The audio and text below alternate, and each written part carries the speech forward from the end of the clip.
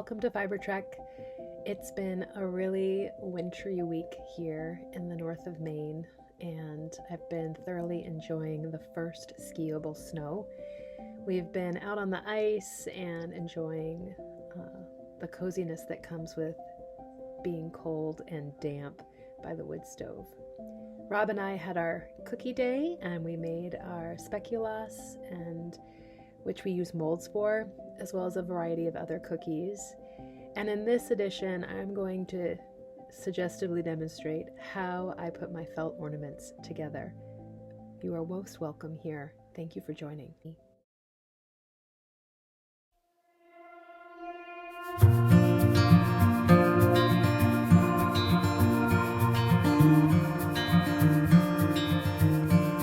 Close your eyes, get some rest. I'm by your side. Lay your head on my chest.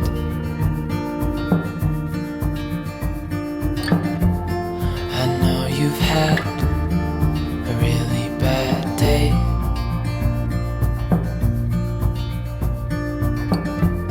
but I'm right here, it's gonna be okay.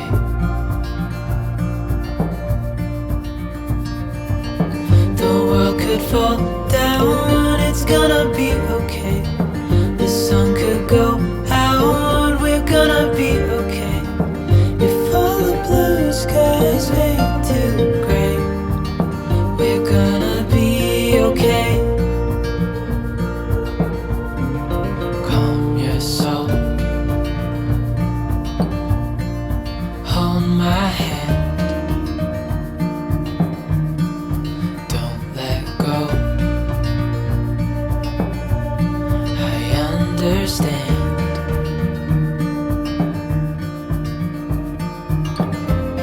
I know it hurts, it wasn't fair.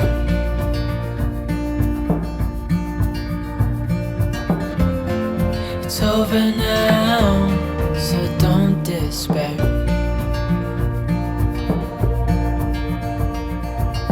The world could fall down, it's gonna be okay. The sun could go out, we're gonna be okay. If all the blue skies fade to gray, we're gonna be okay.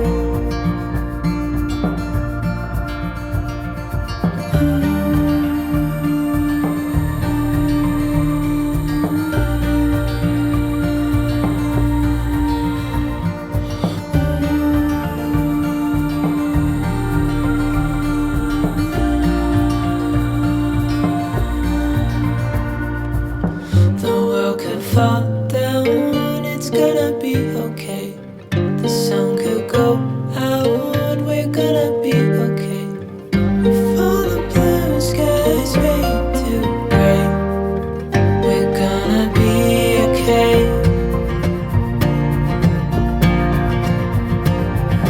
The world could fall down, it's gonna be okay. The sun could go out, we're gonna be okay. If all the blue skies fade to gray, we're gonna be okay.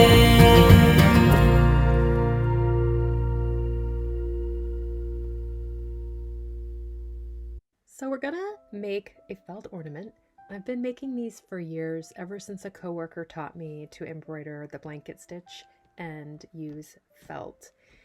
So, speaking of felt, that's what you're going to need. I'm using 100% felt, but you can certainly use a blend. You're going to use or need a variety of templates. I downloaded these off the internet, and any shape or size that you wish or can imagine is up to you. We'll be doing a star for this particular demonstration.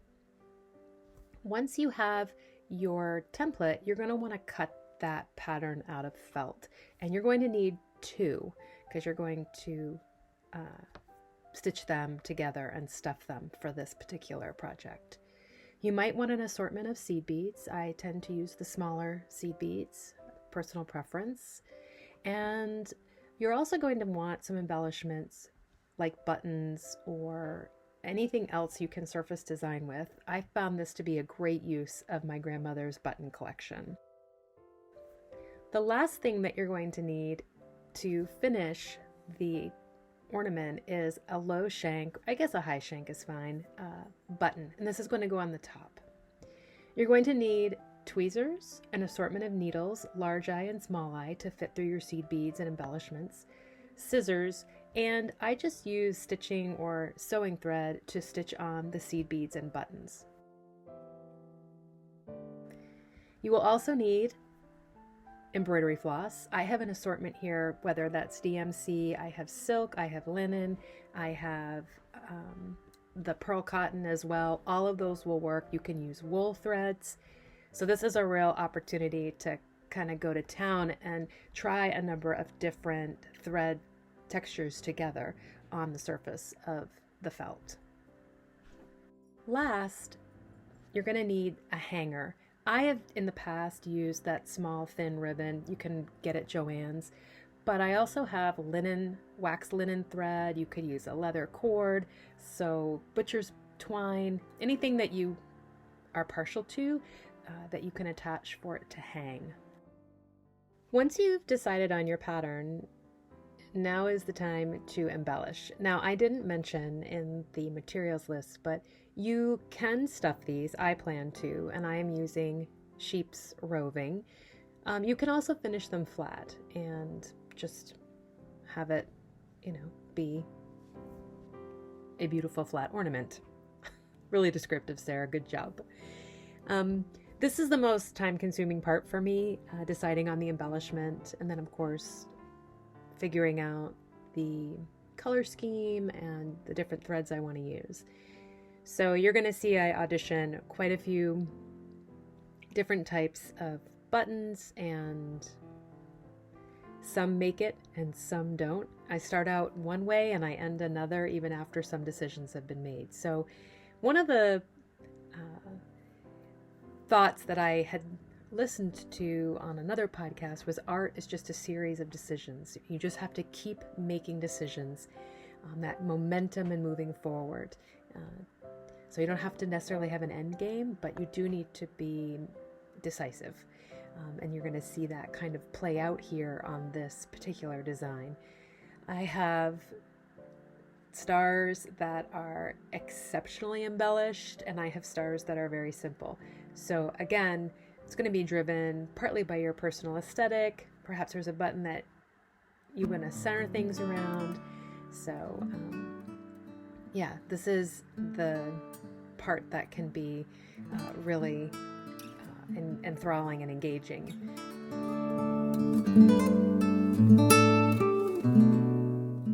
So you're also going to want to think about your needles, and this is why I mentioned having multiple needle sizes. So needles that go through your buttonhole versus needles that can go through your seed bead choices versus needles that you're going to use to do embroidery with different thicknesses of thread. So I had to pull out my seed bead needles for this to make sure I could get through the size of the hole.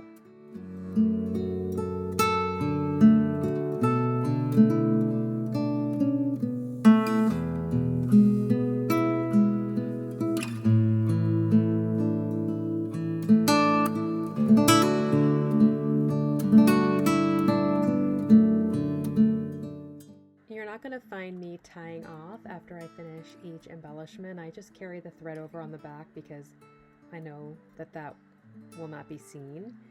So yeah, I'm not really overly concerned with how beautiful the inside of the star looks, although I do want to keep the appropriate amount of tension on each of those pieces, and you'll see that as well when we're stitching with the different threads.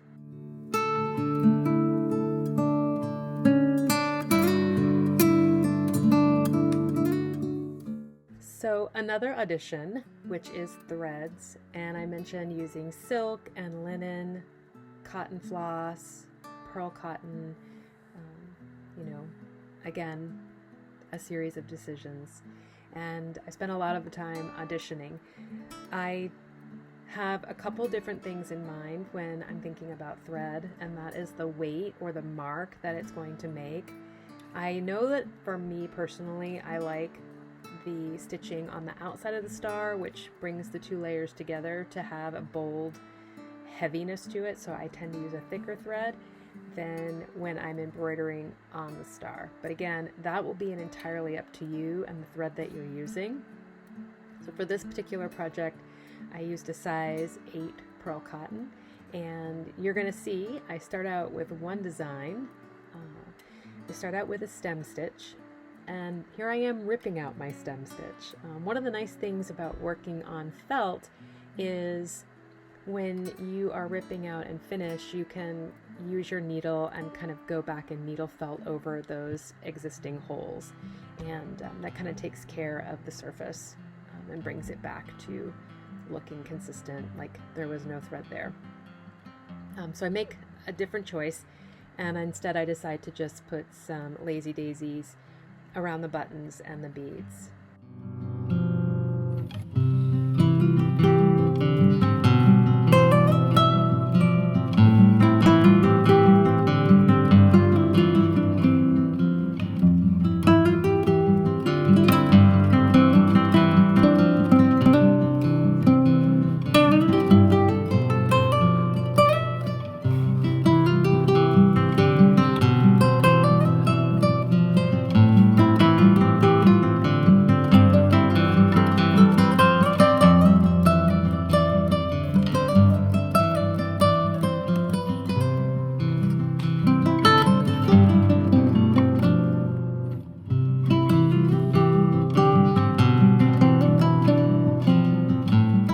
To finish this particular design off, I went around each of the points of the star.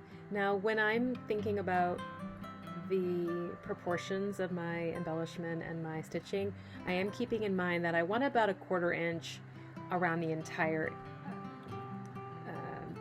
design, if you will, I guess, or template or pattern, so that I can do my stem stitching. So I'm keeping that in mind.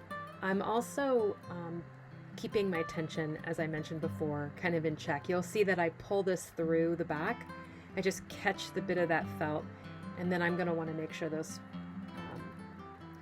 the tension on the underside of the star isn't interfering with the overall design on the front side of the star.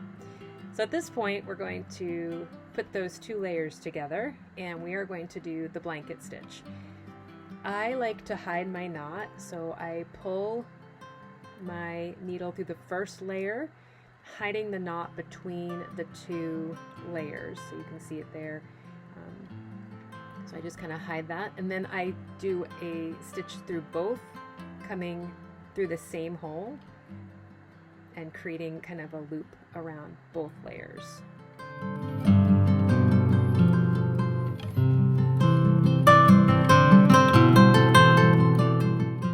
So at this point, I'm going to then put my needle back up through the loop at the top as if I had just finished a stitch, so it's coming out the top of the stitch. And I'm going to start my blanket stitch from here. So I'm going to move over about 1/8 of an inch and 1/4 inch in, or 1/8 of an inch in. I'm going to catch that thread behind my needle and pull it. And that thread then is going to create a nice finished edge along the ornament. And I'm going to do this all the way around the entire pattern.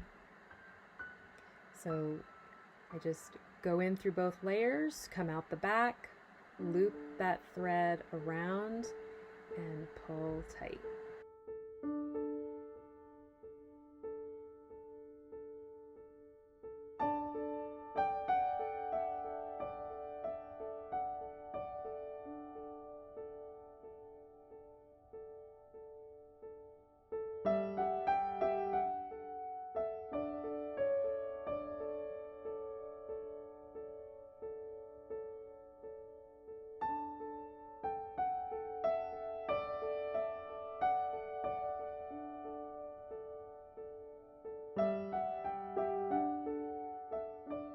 One of the things I thought I would explain is, and I know that my focus is troublesome here, but I think you're going to catch it. I have run out of thread, so I'm just creating a knot and I'm pushing the needle down through the felt to get rid of my excess. And then I am feeding my new yarn with my knot up through where my needle was just coming out. So it's going to come out the top of that stitch and the knot will be hidden between the two layers. Sorry for the focus. I am learning about my new camera, but I think you can catch the gist. We have another moment like that later on in the tutorial, and I appreciate your patience. So we're back to blanket stitching, and we're going to continue to do that until it's time to stuff or not to stuff. So at this point, I'm going to break up my stuffing. I'm using, as I said, sheep's roving. This is Icelandic fleece of mine. And I'm going to try to evenly stuff each of the spears of the star. And this is where your tweezers can come in really handy. The amount of stuffing is up to you. I like to have a little bit of a firm ornament. But again, so much of this decision making will be all about you and what you want. Once I've reached the last portion of the star, I'm going to stuff that. And again, tweezers were really handy. So I'm just trying to fill in that last bit, and then I'm going to stitch up that last side using the blanket stitch again.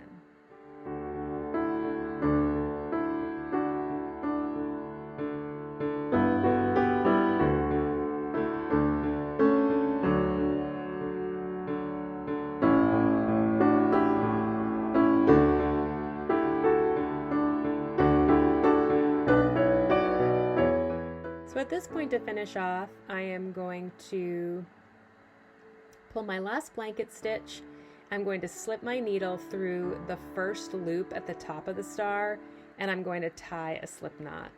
And you can kind of see it there. I come through and grab that loop, and then I'm going to simply take my needle and shove it down and through the stuffing and out, and I'm going to trim it and call it good. So that portion of the star is going to get covered up by those shank buttons or bell or charm or whatever it is that you chose as the top.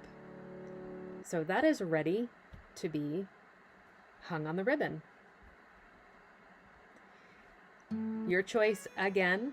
I've opted for the spool ribbon in a light blue color.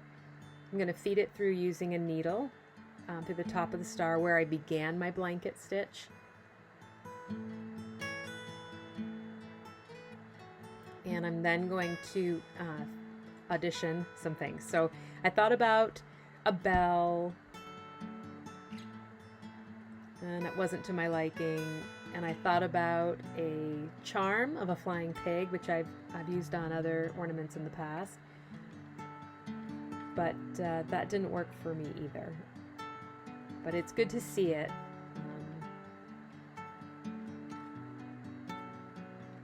And so I end up with just the original shank button I had picked out. So using a needle to thread that on, and then I'm going to just tie a square knot to secure it.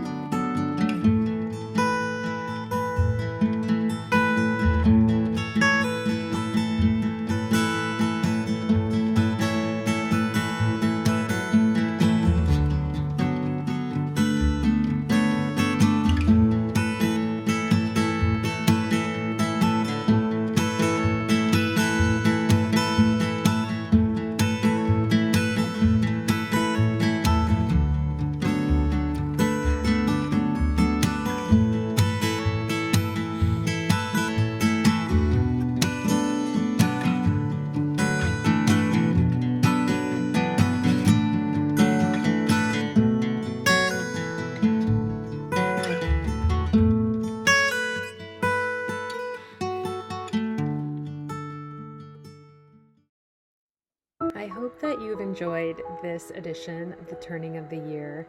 As I said, I'm so glad that you've taken some time to spend with me, and for those that invest financially, thank you so much. I'm looking forward to a long holiday here with my family and making more ornaments, and I'll be sure to include some of those in our next episode. The last portion of this series, I'll be featuring a Turning of the Year Oracle deck process, and I'm not sure when that will publish, but it will be before January 1st. I'm wishing you all the best of the season, many fond, warm wishes.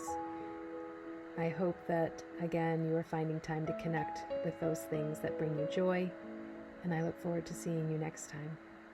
Take care.